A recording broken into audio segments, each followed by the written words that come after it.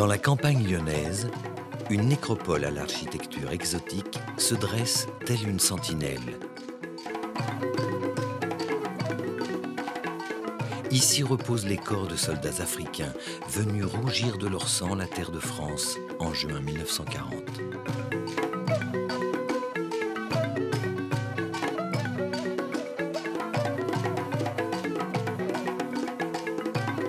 En Afrique, Tata signifie enceinte fortifiée. Si ces portes sont toujours ouvertes, c'est que le seul ennemi à craindre est l'oubli. Mais la lumière de toute mémoire porte ces zones d'ombre. Et c'est aussi leur histoire qu'il nous faut raconter pour retracer celle d'un monument à la silhouette unique, le Tata sénégalais de Chasselet.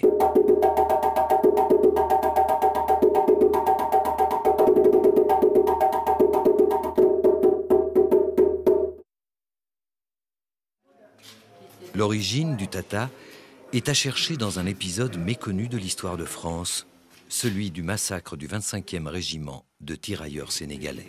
Les hommes de l'époque ont fait une tranchée, quoi, de, je sais pas, 2 mètres peut-être de large pour pouvoir les mettre les uns à côté des autres, tant qu'il y en a eu. Hein. Et puis ça y est, et puis après ils ont rebouché. Puis après nous on a fait ce cet enclos. Cet enclos, oui, voilà, je sais pas quel terme employé là pour... Cette petite barrière. Oui, pour déterminer l'emplacement. Et puis par la suite, vous les avez déterrés? Et par la suite, je ne sais plus en quelle année, ils ont été déterrés quand pour les rentrer dans le Tata sénégalais. Les souvenirs des Chasselois ne sont pas les seuls à rappeler la tragédie. Plusieurs cérémonies ont lieu au cours de l'année au nom du devoir de mémoire. Pour approcher l'histoire exceptionnelle du Tata de Chasselet, il nous faut remonter aux années les plus sombres de l'histoire de France. Juin 1940, l'armée allemande franchit la frontière française et la drôle de guerre cède le pas à la débâcle. Les combats feront plus de 100 000 morts. Le 10 juin, l'Italie déclare la guerre à la France. Mussolini demande à Hitler de l'aider à prendre à revers l'armée française des Alpes qui défendait la frontière.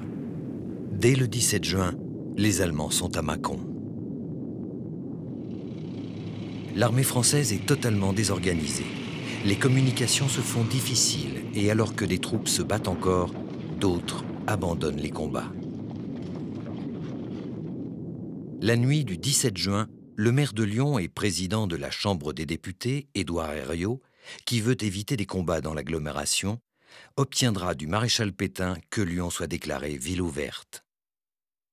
La résistance à l'avancée de la Wehrmacht ne repose plus alors que sur les lignes de défense placées au nord de l'ancienne capitale des Gaules.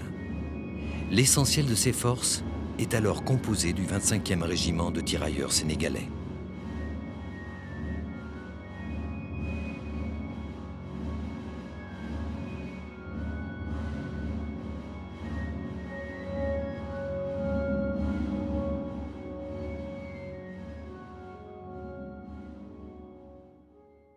Le 25e régiment de tirailleurs sénégalais est une unité tout à fait particulière. Il est fondé le 16 avril 1940 à Souges.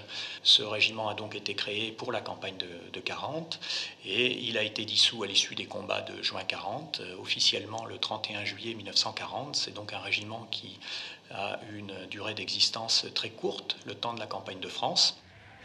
À cette date, les tirailleurs sénégalais ont déjà plusieurs décennies de présence au sein de l'armée française. Le corps des tirailleurs sénégalais est né par ce qu'on appelle le décret de Plombières en 1857, par une volonté du gouverneur du Sénégal à l'époque, Faidherbe. Mais c'est le chef de l'État français à l'époque, l'empereur Napoléon III, qui a signé ce décret. Il s'agit de faire en sorte que ce soit l'élément qui maintienne la sécurité dans la colonie. Et bien entendu, ce sont ces tirailleurs, les mêmes tirailleurs, qui vont par la suite passer à l'offensive, je l'ai dit, dans la conquête coloniale, au-delà du Sénégal, pour d'autres territoires qui deviendront les colonies d'AOF et d'AF par la suite. Alors au départ, l'aventure commence au Sénégal, à Saint-Louis, à l'embouchure du fleuve, et donc on baptise ce premier bataillon tirailleurs sénégalais. Et ce qui est intéressant à noter, c'est que ces tirailleurs vont garder cette appellation générique pendant toute l'histoire de la Force Noire jusqu'aux années 60. Alors que pour la plus grande majorité d'entre eux, au fur et à mesure de la pénétration française en Afrique, les recrutements se limiteront en quantité au niveau du Sénégal, et de plus en plus, c'est le cœur du continent noir, l'Afrique centrale, et en particulier le Soudan, qui fourniront la majorité de ces tirailleurs. Quelques années plus tard, alors que l'Empire français est consolidé en Afrique, un officier va trouver une nouvelle utilité aux tirailleurs sénégalais. Le général Mangin est un de ces grand chef militaire qui a commencé sa carrière en Afrique. Il publie un livre qui s'appelle La Force Noire en 1910, dans lequel il plaide pour la constitution d'une armée africaine formée de tirailleurs sénégalais. L'idée de Mangin, c'est en fait, avec cette armée, cette force noire, de pouvoir maintenir des troupes de souveraineté, en particulier en Afrique du Nord, de façon à libérer des contingents métropolitains qui puissent, eux, rentrer en métropole pour participer à la guerre avec l'Allemagne, qu'en 1910, tout le monde commence à sentir venir. Pour l'essentiel, en 14-18 comme en 39-45, ce sont des gens qui sont obligés de s'enrôler dans l'armée française. Et presque partout, les hommes qui vont sous les drapeaux sont des gens qui appartiennent au village de manière générale. Et là, on vient les chercher de force. Le nombre de volontaires est relativement faible par rapport à ceux qui sont obligés d'être sous le drapeau. À partir d'avril 1915, des milliers de tirailleurs sénégalais vont transiter par les camps de Fréjus. En 1928, dans le souci de diminuer leur mal du pays, le général Lam y fit construire une misiri, ce qui signifie mosquée en langue bambara.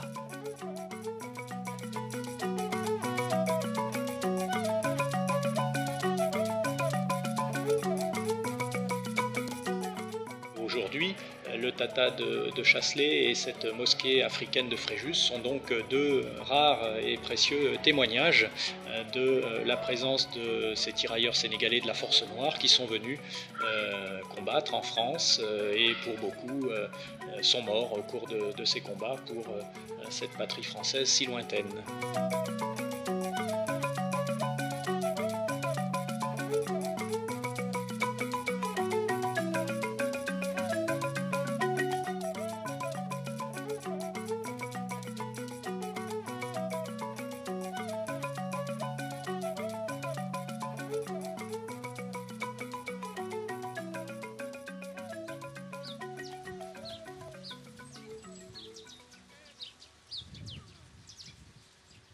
Donc là, vous êtes dans un couvent qui s'appelle le couvent de Montlusin, qui se trouve derrière vous. Donc en 1940, ici, il y a des sœurs qui vivent, c'est une maison de retraite. Et le 17 juin 1940, arrivent les soldats français qui s'installent un peu partout et qui vont mettre en place une barricade ici au niveau du rond-point qui existe aujourd'hui. Pourquoi ce rond-point? Parce qu'en face, c'était la Nationale 6 qui descendait de Paris. Et sur cette nationale arrivent les Allemands. L'ensemble des troupes qui sont placées au nord de Lyon sont placées sous les ordres du général de Mesmet.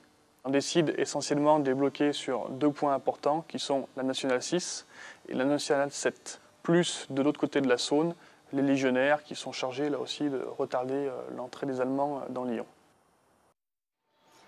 Alors nous avons mis en place notre batterie dans les journées qui ont suivi, aux endroits où ça avait été fixé. Et alors je me rappelle quand nous étions dans le camion et que nous allions là-bas à Montlusin, nous avons rencontré des quantités de gens qui remontaient sur Lyon. Il y avait même aussi des soldats qui avaient perdu leur régiment, qui remontaient. Et alors tous ces gens-là nous disaient, mais qu'est-ce que vous faites là? Et Vous allez du côté des Allemands, c'est là-bas qu'arrivent les Allemands. Il faut aller de l'autre côté. L'unité allemande qui arrive sur la Nationale 6 est le régiment Großdeutschland, littéralement Grande Allemagne. Donc c'est un régiment d'infanterie motorisée qui combat depuis mai 1940 et qui déboule de Bourgogne sans rencontrer de résistance sérieuse. Et donc quand ils arrivent à Montlusin, ben pour eux c'est vraiment une grosse surprise. Ils sont arrivés vers midi, 11h30 midi. Et dès qu'ils sont arrivés, ils ont été arrêtés par les patrouilles qui étaient au carrefour de Montlusin. Et ils ont brandi un drapeau blanc en disant « L'armistice est signé », ce qui était absolument faux à ce moment-là. L'armistice est signé, laissez-nous passer. Et alors, les hommes ont répondu, les Sénégalais ont répondu par un tir. Et alors, leur officier m'avait dit quand ils commenceront à tirer, vous pouvez y aller aussi. La bataille déclenchée par le tir de l'adjudant Réquier dura près de 5 heures. La chapelle restait miraculeusement intacte, servie de refuge aux religieuses. Lors de la prise du couvent, les soldats de la Wehrmacht se montrèrent indignés par cette attaque inattendue depuis un édifice sacré. Mon maréchal de logis chef qui est à côté de moi, et moi, nous avons entendu les cris des Sénégalais qui étaient mitraillés dans la cour du couvent. Le lieutenant de réserve Pangot fut à son tour capturé et conduit au devant d'un officier allemand. Alors il m'interroge en excellent français, en français impeccable. Et il me dit, vous êtes officier? Oui. Eh bien, je vais vous faire fusiller. Alors je lui dis, mais pour quelle raison? Parce que vous commandez les Sénégalais. Ah, je dis non, pas du tout. Je commande une batterie d'artillerie. Ah, mais c'est un peu différent. Si c'est ça, c'est différent. Ce 19 juin, plusieurs gradés furent exécutés pour avoir commandé des soldats noirs à Montlusin. Pendant ce temps, les troupes chargées de retenir les ennemis sur les bords de la Saône ont abandonné leur poste. Dès le milieu de l'après-midi, l'étendard nazi flottait sur Lyon.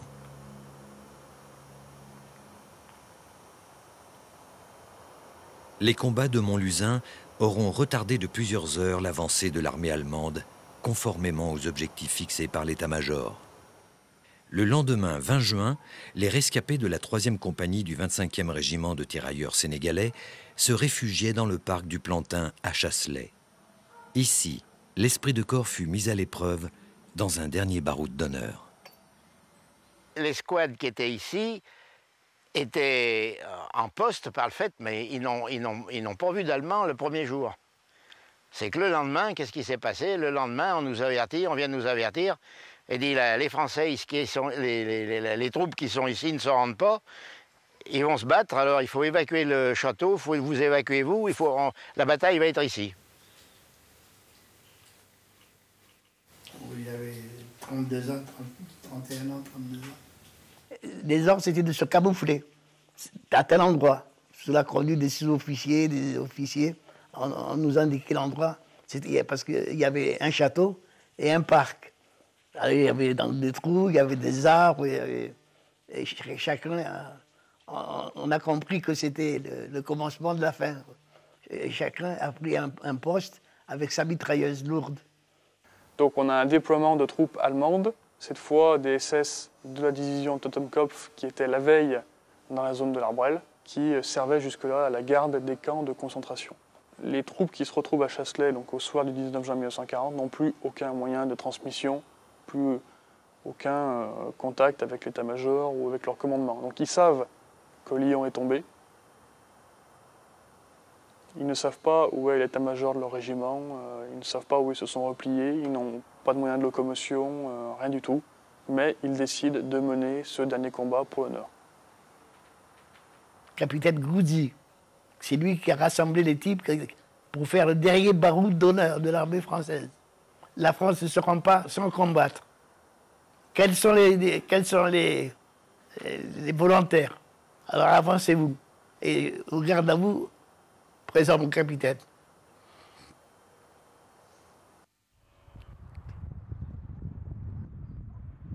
Alors le 20 juin 1940, un véhicule allemand arrive à Chasselet et se heurte à un barrage de soldats français. Donc forcément les soldats français tirent, etc. Et là les Allemands sont prévenus qu'une troupe française demeure à Chasselet pour résister. Vers midi et demi, 1h comme ça, on a entendu des motocyclettes qui venaient vers nous. Ils donnaient l'ordre de tirer à volonté, tir à volonté. De tout ce qui bougeait, tir à volonté. Et on a commencé à tirer à travers les arbres, jusqu'à 5h de l'après-midi. À 5h, ils nous ont submergés. Et avec les mitraillettes, nous, on n'avait plus de munitions. Qui c'est qui allait chercher les munitions? On avait ce qu'on avait au début, les cartouchières pleines, et puis après, on n'avait plus de munitions. Après la bataille, quand ils se sont rendus, ils les ont tous amenés là-devant. Et ils les ont désarmés, là où je vous dis, devant la conciergerie. Alors les Français, ils les ont fait prisonniers, ils les ont emmenés. Et les Noirs, les bras en l'air, 2 kilomètres, ça fait 2 bons kilomètres pour aller là-bas. Les bras en l'air, ils les ont descendus là-bas et ils les ont fusillés. Tout ce qui était noir, tout. Pas de détails. Les Sénégalais, ayant les bras en l'air, voulaient à un moment donné baisser les bras. Interdit de baisser les bras aux Sénégalais. À nous, ils nous ont fait signe de baisser les bras. On est arrivé dans une plaine, à un quart d'heure du village, là, à peu près, et il y avait des camions alliés, là. Et ils nous ont dit de nous arrêter. Et les soldats allemands font signe aux soldats français, aux blancs, de se coucher, de s'agenouiller sur la route. Les soldats noirs sont dirigés dans un champ, et là, les blindés, les mitrailleuses allemandes, les soldats allemands ouvrent le feu. Le tir des mitrailleuses allemandes a commencé. Au bout d'un quart d'heure, tout le monde était par terre, en géant. Enfin, les chars tirèrent à coups de canon sur la masse des corps étendus. Un char a ensuite quitté la route pour poursuivre quelques hommes qui avaient réussi à échapper aux balles. Peu, je crois, ont échappé au massacre. Ils criaient, ils pleuraient. Nous, on a levé la tête, là, on les a vus, là, j'avais le cœur serré. Et voir ces soldats, ces pauvres Sénégalais, tués comme des lapins, ça nous a fait mal au cœur. C'était nos frères d'armes.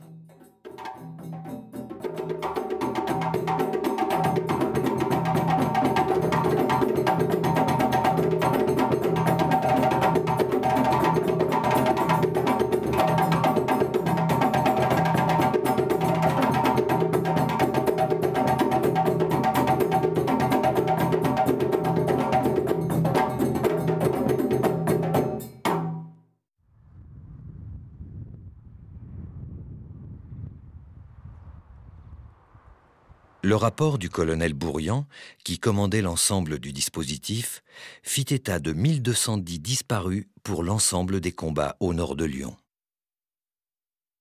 Pour comprendre l'image que les soldats allemands avaient des soldats noirs, il nous faut remonter à l'occupation de la Rhénanie par les troupes coloniales françaises en 1919. Les Allemands là, vont très habilement se servir de cette occupation, en particulier par des tirailleurs sénégalais et malgaches, pour saboter la conférence de Versailles, où ils savent bien qu'on va leur demander des réparations énormes. Et comme les Allemands savent que les Américains pratiquent encore la ségrégation, l'apartheid avec leurs propres Afro-Américains, ils pensent évidemment assez commode de lancer cette campagne de la honte noire, tendant à accréditer l'idée que ces tirailleurs violent toutes les femmes allemandes, qu'ils pillent, qu'ils transmettent donc des maladies, la tuberculose, le syphilis, en tout cas qu'ils avilisent, qu'ils abattardissent la race allemande. Les Français vont, en à peine 3 ou 4 mois, décider de retirer les unités de tirailleurs sénégalais et malgaches, ce qui va faire très mauvais effet, évidemment, et qui va accréditer chez les Allemands l'idée que tout ça était vrai. Et Hitler, qui va bientôt rédiger Mein Kampf, va très clairement l'écrire. Car la contamination provoquée par l'afflux de sang nègre sur le Rhin, au cœur de l'Europe, répond aussi bien à la soif de vengeance sadique et perverse de cet ennemi héréditaire, la France, qu'au froid calcul du Juif qui voit le moyen de commencer le métissage du continent européen. tout ça vont finir par créer, je crois en Allemagne, un sentiment extraordinairement puissant dans lequel les Africains seront vraiment jugés comme des barbares et même des cannibales. Tout au long de la campagne de France, les exécutions sommaires de tirailleurs sénégalais se multiplièrent. Ce fut notamment le cas à Erquinvillers, mais aussi à Maintenon et Chartainvilliers, entre autres. Au total, plusieurs centaines de soldats noirs furent victimes de ces exactions racistes.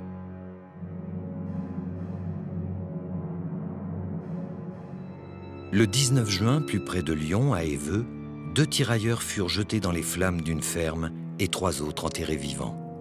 À Lyon même, dans la montée de Balmont, 27 de ces soldats furent extirpés d'une colonne de prisonniers et abattus contre le mur d'un orphelinat. Les Allemands firent arrêter les autres convois de prisonniers afin de leur faire contempler le charnier.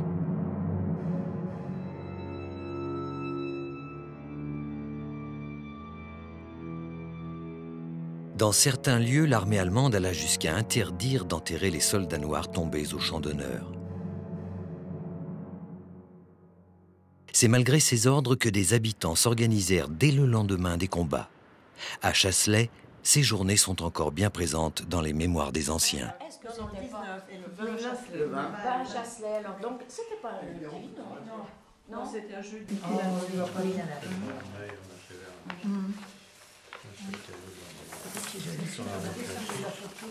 Ah, c'est sous un cadre. Ça, c'est le garage, oui, qui a été mitraillé. C'était la première fois, je crois, de notre jeunesse qu'on voyait des Noirs. Alors, donc, on n'était pas trop osés, quoi. Et quand, oui, on était un petit peu, parce qu'ils avaient quand même des fusils, c'était bien, bon. Et alors, ils nous disaient, n'aie pas peur, moi, mourir pour toi. Donc, on avait été les voir, ils nous avaient caressé la tête avec mon frère. T'en fais pas, petit, ils nous disaient, ils étaient rassurants. Ils étaient sûrs d'eux, ils allaient gagner, ils allaient nous protéger, voilà le souvenir que j'ai. Avec la pharmacienne, donc Madame Morin, que j'ai un souvenir, parce qu'on est resté 3 jours. Alors là, je les suivais, j'avais 15 ans, mais je les suivais. Alors, on en a retrouvé dans les buissons, derrière le château, on a trouvé des Noirs qui étaient cachés. Il y en a qui avaient des bols dans le dos, il y en a qui avaient, enfin, on n'en a pas trouvé des tonnes, je me souviens plus comment on en a trouvé, mais enfin, ils s'étaient cachés. Et il n'y a que quand elle les a fait sortir, dire on est français, vous n'avez pas peur, et qu'elle les a récupérés, quoi. Et elle en a récupéré qui n'étaient pas blessés, mais elle leur faisait une incision, un pansement, enfin une connerie, pour qu'ils puissent passer pour partir à l'hôpital. Les hommes repartent, mais au Plantin, c'est la bataille. Et puis tout se calme. En fin d'après-midi, nous remontons dans l'appartement de M. Planu et nous apprenons avec stupeur, les Sénégalais ont été fusillés et leur chef fait prisonnier. À ce moment-là, je comprends l'horreur de la guerre et je pleure. J'ai 12 ans et je pleure en songeant à ces courageux soldats venus de loin et qui pendant 4 jours étaient si près de nous. Voilà, c'est tout. Et je pleure encore. Et je pleure encore. Ben oui. Moi, j'étais venu faire un tour au village pour dire de savoir ce qui s'était un peu passé. C'est là où j'ai appris ça. Le boulanger des Chers, qui venait faire un tour à Chasselet, je ne sais pas pourquoi, mais enfin en montant, il venait de découvrir ce pré garni de cadavres. Et alors, il était vraiment terrorisé et il hurlait sur la place. Et c'est là où on a appris qu'il venait d'avoir ce massacre dans le pré, quoi, sur la route des Chers, quoi. Et c'est après qu'il y a eu des réunions de à la mairie, etc., qui ont décidé d'aller s'en occuper, quoi, de les enterrer. Et ça a été un gros travail, parce qu'il y en avait un paquet. Hein. Et puis on est chercher mon père pour s'occuper des cadavres, surtout les recouvrir d'urgence, parce que il faisait chaud. 20 juin, c'était pas... Voilà, donc il est parti courageusement, avec une pelle, je le revois encore. Et puis voilà, on a dit ils sont tous morts, on a eu une grosse peine, parce que comme vous dites, on les avait côtoyés. Moi je dis un grand respect pour tout ce peuple sénégalais qui est venu nous défendre là, malgré qu'on soit petit, on s'en souvient bien. Et il faut transmettre le respect à toute notre suite. D'ailleurs, on s'occupe du musée et on explique tout ce qu'on peut. Il y a une cérémonie le 20 juin. Alors que l'occupant comme le régime de Vichy préférait occulter ses crimes, un édifice des plus originaux allait voir le jour. Son but, accueillir les sépultures des soldats du 25e régiment de tirailleurs sénégalais. Le Tata est d'abord la volonté d'un homme, Jean Marchiani.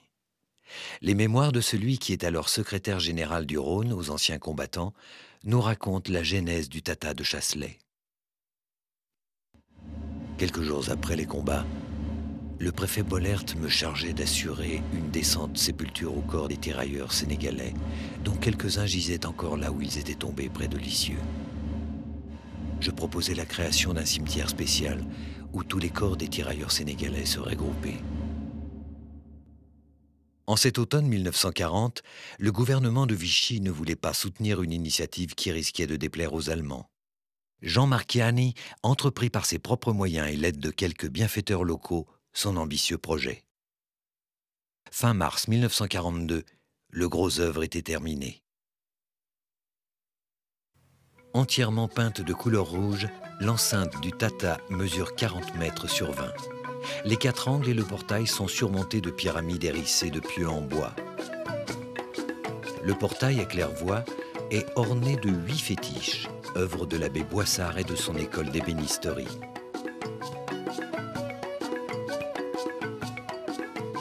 Faisant face à l'entrée, une case conservait les armes retrouvées après les combats. Elle est surmontée de la croix chrétienne et du croissant musulman. Lors de l'inauguration, Jean Marchiani fit répandre de la terre de Dakar dans l'enceinte. Sa volonté était aussi de permettre le deuil aux familles lointaines de ces soldats. Pour enterrer validement les morts, c'est-à-dire pour leur assurer le séjour dans le pays des ancêtres, il faut, si leur corps est absent, quelque chose qui rappelle le cadavre. Je décidai que de toutes les tombes de corps inidentifiés, je prélèverai une pleine pelletée de terre pour la mélanger à celle de la tranchée où les 60 hommes massacrés avaient eux-mêmes reçu leur sépulture provisoire. Mise dans de petits sachets, cette terre serait envoyée aux familles des victimes en Afrique. Le projet de Marchiani ne se limitait pas à la seule construction du Tata.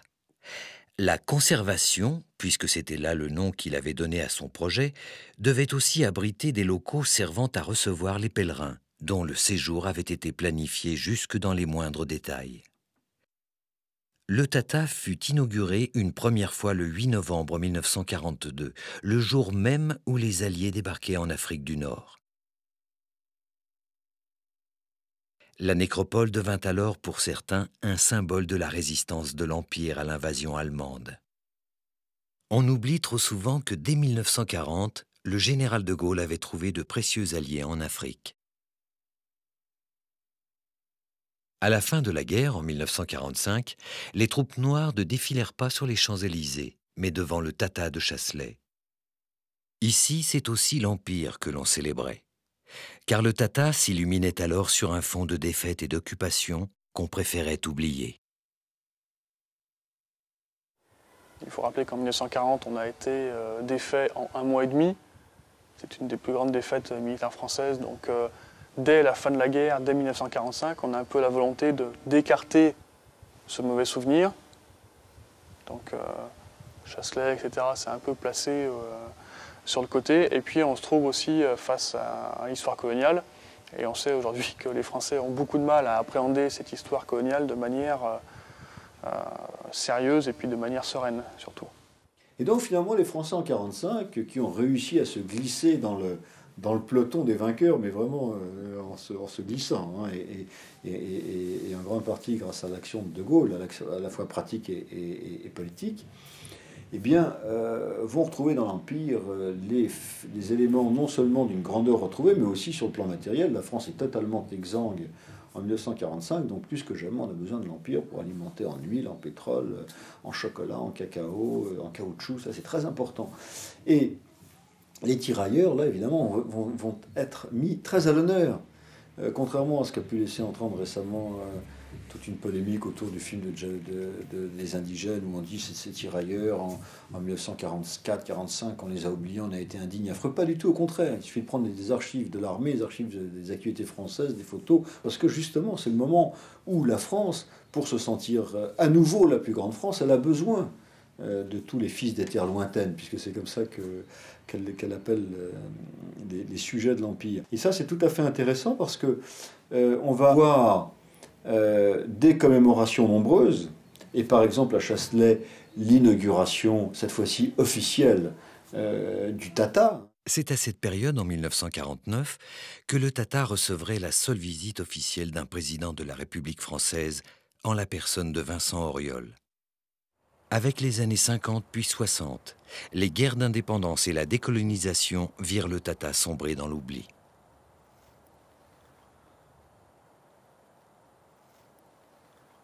Il faut bien voir en France finalement que, je dirais même les anticolonialistes voient d'un mauvais œil les tirailleurs. Donc finalement, on les abandonne assez facilement. C'est un peu comme, bien que ce soit beaucoup plus grave, c'est pas comparable, mais il n'y a pas eu grand monde pour défendre les harkis en 1962. Alors à une moindre mesure, c'est pas comparable, mais c'est un peu pareil pour les tirailleurs. Finalement, tout le monde voulait les oublier.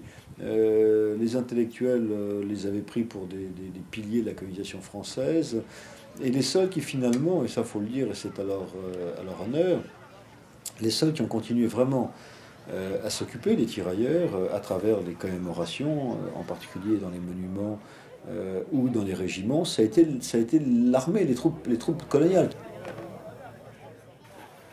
Présentez. Ham. Attention pour les couleurs.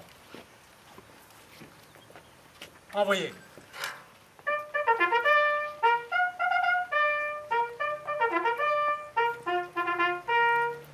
Ils ont combattu pour l'honneur, faisant preuve d'un grand courage, de bravoure, d'abnégation, allant jusqu'au sacrifice suprême. À nous, les anciens des troupes de marine, de maintenir le lien avec l'Afrique, de maintenir le souvenir de l'action des Africains à nos côtés. La France leur doit reconnaissance.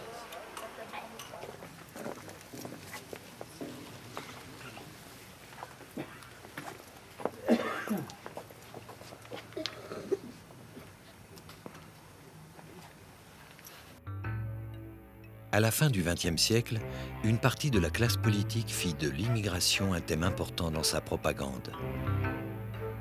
En réponse, certains vont faire de l'image des tirailleurs un symbole.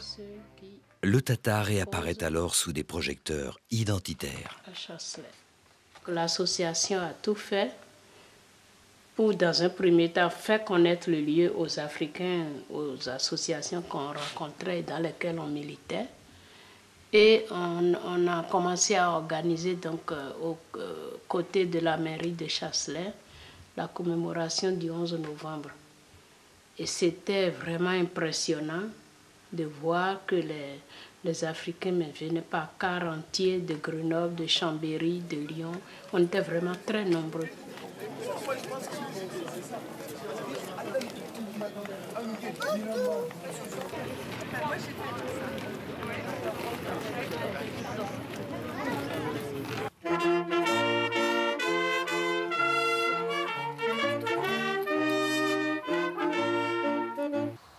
Le plus bel hommage que nous puissions rendre à tous les morts de ces offensives, c'est de transmettre à nos enfants ce devoir de mémoire avec un message de paix, de fraternité pour l'humanité des 5 continents. Tel est le sens du devoir de mémoire que nous accomplissons à Chasselet, toute race et toute nation confondues, avec pour idéal celui d'une vraie fraternité désarmée.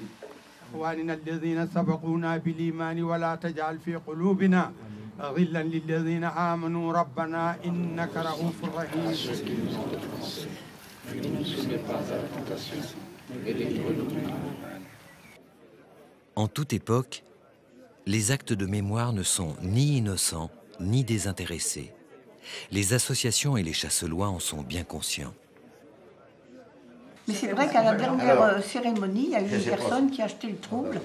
Alors cette personne a parlé du génocide arménien, on a profité pour faire un discours engagé qui n'était pas du tout de bon ton, et ça s'est mal fini. Elle ne doit plus venir dans les cérémonies officielles aux Tatas sénégalais. Qu'elle vienne indépendamment, mais pas en profiter pour faire des discours qui ne sont pas...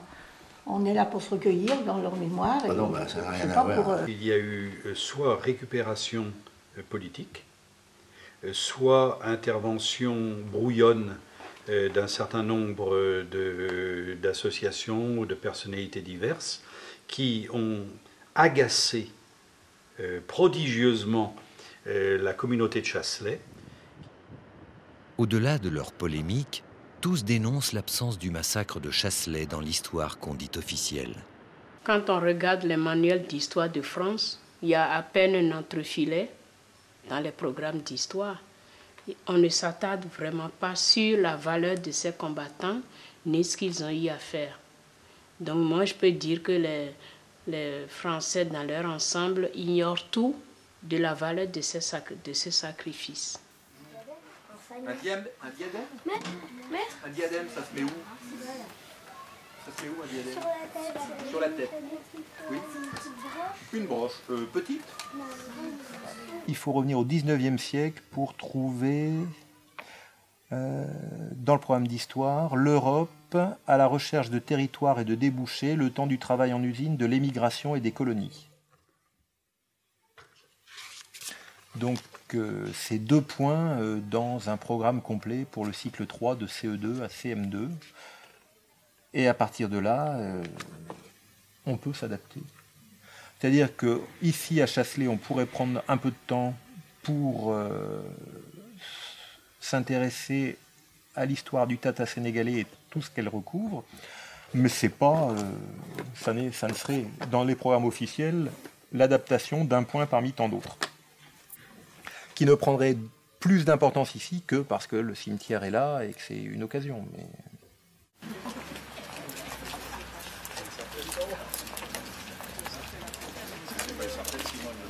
Là, nous allons réellement faire la marche d'hommes qui avaient les mains derrière la tête et qui pensaient que ça y est, ils pouvaient rester en vie, puisqu'ils étaient prisonniers de guerre.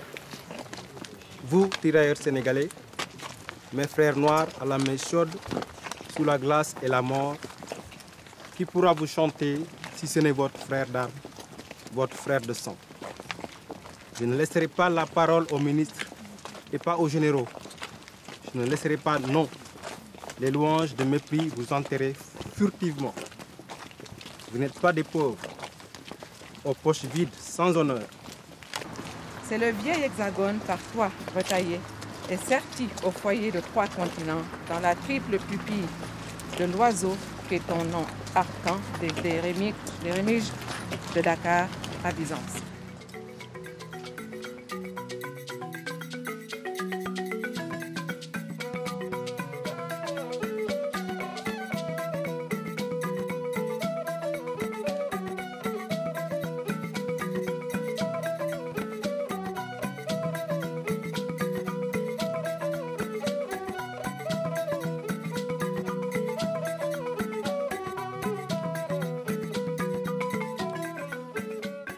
Je sais que parmi vous, certains ont aidé à soigner, recueillir, enterrer dans les fosses communes d'abord. J'ai rencontré un monsieur qui a été chargé de mettre une palissade autour. Beaucoup de témoignages sont encore à recueillir à Chasselet. Bien sûr, monsieur. Oui. Il faut que ça se transmette tant qu'il y a encore quelques anciens qui peuvent en parler.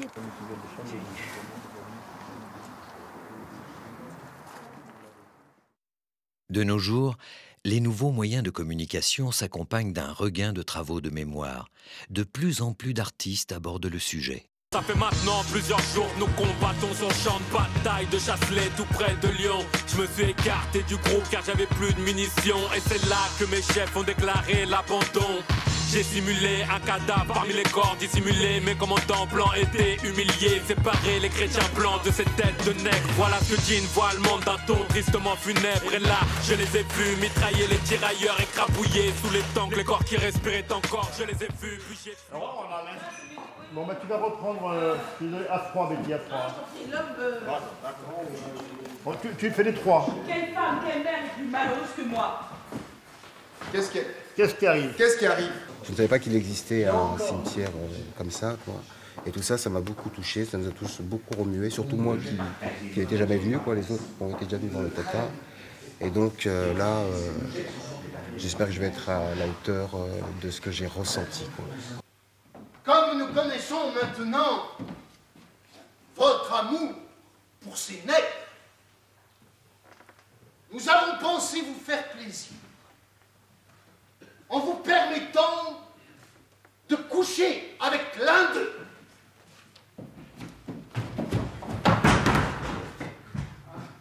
Jouer le refus à Chasselet, pour moi, c'est, je peux dire, un aboutissement, ou en tout cas une étape importante. C'est le premier acte de résistance de Jean Moulin qui refuse de diffamer des tirailleurs sénégalais qui se sont battus à ses côtés. Et en parallèle, c'est l'histoire du tirailleur qui l'accompagne, le soir où il va se couper la gorge pour ne pas signer. Donc, l'histoire de ce tirailleur, l'histoire de son père, et donc en même temps parler de ce qui se passe en Afrique pendant la guerre et surtout après la guerre, à la fin de la période coloniale. Les Blancs, ils ont toujours des beaux discours, mais à la fin... Qu'est-ce qu'ils t'ont fait? Qu'est-ce qu'ils t'ont fait à toi? Qu'est-ce qu'ils m'ont fait à moi? Je suis allé à Timba pour recevoir la pension de mon père. Chaque jour, ils me disent que les papiers vont arriver. Les mois passent et la pension n'est toujours pas là. Ce sont des menteurs.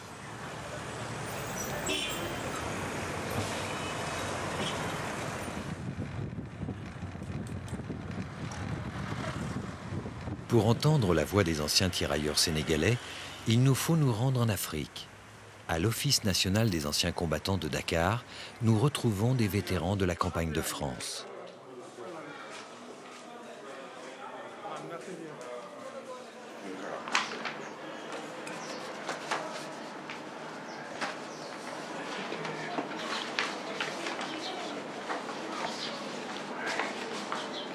C'était la pagaille, c'était une pagaille formidable. On pouvait se battre avec les Allemands, et puis il y avait les civils avec nous. Il fallait les sauver, il fallait sauver les civils. Surtout les femmes et les enfants, il fallait les sauver. Il fallait les sauver. De Dakar, nous sommes partis à Marseille, de Marseille à Fréjus. On est resté là-bas pendant 2 ou 3 mois pour monter au front, vers la Somme. Nous avons fait la bataille de la Somme avant d'arriver de là-bas, qu'on nous a fait prisonniers de guerre. J'étais prisonnier de guerre pendant 3 ans avec les Allemands. Je connaissais ces gens-là, ces Châtelet-là. C'était des prisonniers de guerre qu'on a massacrés avec des chars d'assaut. Avec des chars d'assaut.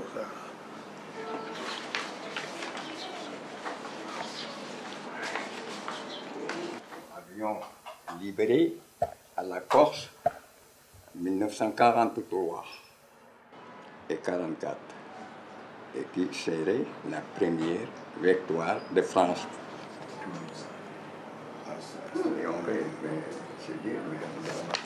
Parce que là nous sommes ici, c'était en 1945.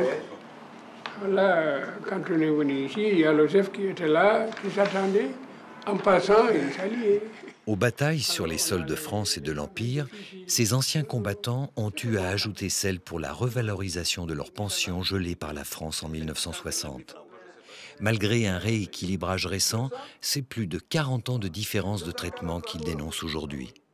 On croyait qu'on nous donnait pendant, on allait nous donner, on allait faire un rappel de 1 an ou bien de 2 ans au moins. Ils nous ont donné que 6 mois, 3 mois, 4 mois, 5 mois de rappel de chaque jour.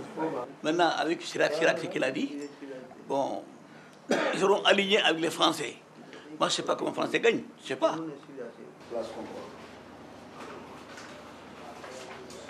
On a tout fait ici. Maintenant, c'est un combattant qui a tout fait, noir, que ce soit ou blanc, ou jaune, ou vert, être parmi ceux qui ont libéré la France. Alors, on nous refuse des visas, on nous refuse des visas pour partir en France. On a libéré du parti de la France, on nous refuse des visas pour partir en France. Est-ce que ça, ce n'est pas raisonnable?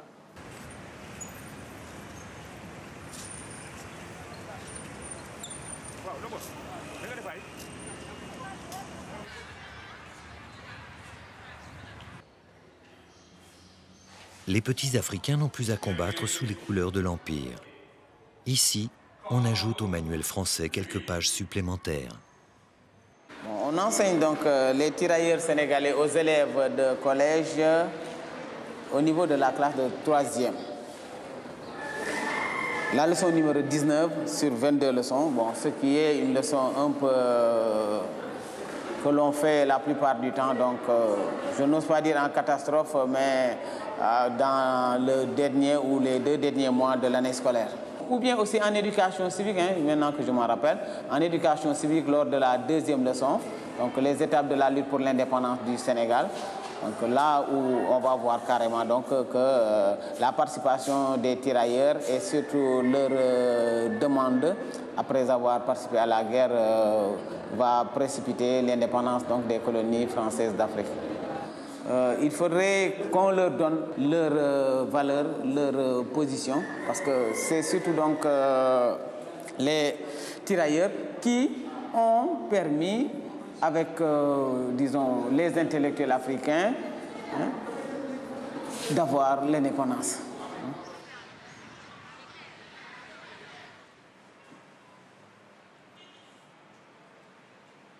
Faidherbe proposa à l'empereur Napoléon qui crée un bataillon d'infanterie indigène, plus connu sous le nom de bataillon de tirailleurs sénégalais. Nous allons voir comment les tirailleurs étaient recrutés. Le musée des forces armées de Dakar retrace une histoire de l'armée nationale qui donne une place importante aux tirailleurs de l'Afrique occidentale française. Donc ce tableau qu'on a là devant nous représente... En visitant le musée des forces armées, on se rend compte qu'il y a un travail de mémoire qui est en train d'être fait. Parce qu'il y a beaucoup de choses dans le sens de rappeler l'histoire des tirailleurs. En Afrique, un autre massacre que celui de Chasselet retient l'attention des historiens. Fin novembre 1944, au camp de Tiaroy, près de Dakar, plusieurs dizaines de tirailleurs sénégalais ayant combattu en France enlevèrent un officier de la métropole pour réclamer le paiement de leur solde et la prime de sang. Dans la nuit du 30 novembre, des ordres furent donnés par l'état-major français pour que d'autres tirailleurs matent la rébellion dans le sang. J'avoue que le président de la République actuelle, le président Abdoulaye Wade, a fait un choix significatif en août 2004, en se rendant pour la première fois au cimetière de Tiaroy. Ça, c'est un fait, j'allais dire, historique important pour le peuple sénégalais. Vous voyez? Parce que ce cimetière a toujours été ignoré par les autorités. Or, c'est pour la conscience nationale, c'est quand même un lieu de mémoire. Obtenue en 1960, l'indépendance n'amena pas de rupture des relations entre la France et le Sénégal. À la domination impériale est venu se substituer un rapport plus distant. Qu'on parle de coopération ou de néocolonialisme, la présence française au Sénégal reste importante. Par la suite aussi, on se rendra compte que c'est la France qui va rester, j'allais dire, l'élément principal de formation des cadres de notre armée. Et aussi, n'oublions pas que la France a gardé, je ne dirais pas une mainmise, mais elle a gardé un dispositif extrêmement puissant dans une ville comme Dakar, au Sénégal. C'est aussi avec la France que le travail de mémoire est mené. La journée officielle du tirailleur, le 24 août, a été célébrée pour la première fois en 2004. Cette année-là, on commémorait les 60 ans du débarquement de Provence à Toulon. Face au port de Dakar, la statue de Dupont et d'Emba trône au centre de l'ancienne place de la gare, rebaptisée place du tirailleur. Avec tout le travail mené ces dernières années, les tirailleurs semblent obtenir la place de héros nationaux qu'on ne leur a pas donnée en France. Ces soldats de l'Empire prennent alors l'image de pionniers de l'indépendance sénégalaise. Je crois qu'il faut peut-être relativiser. En réalité, les tirailleurs ont été des instruments de la colonisation. Maintenant, la conscience s'est élevée progressivement au fur et à mesure que les événements se sont déroulés. Et au moment où nous parlons, on peut considérer que de façon générale, il y a une légère prise de conscience de la part des tirailleurs au moment où on accède à l'indépendance. Mais ça, c'est les faits. J'allais dire, c'est la participation aux guerres et surtout la participation aux guerres coloniales.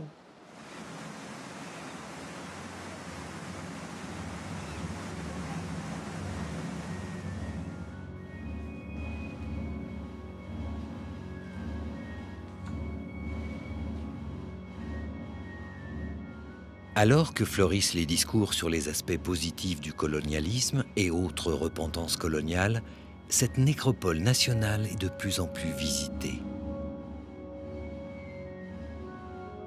L'histoire du Tata nous enseigne qu'on ne raconte rien sans se raconter soi-même.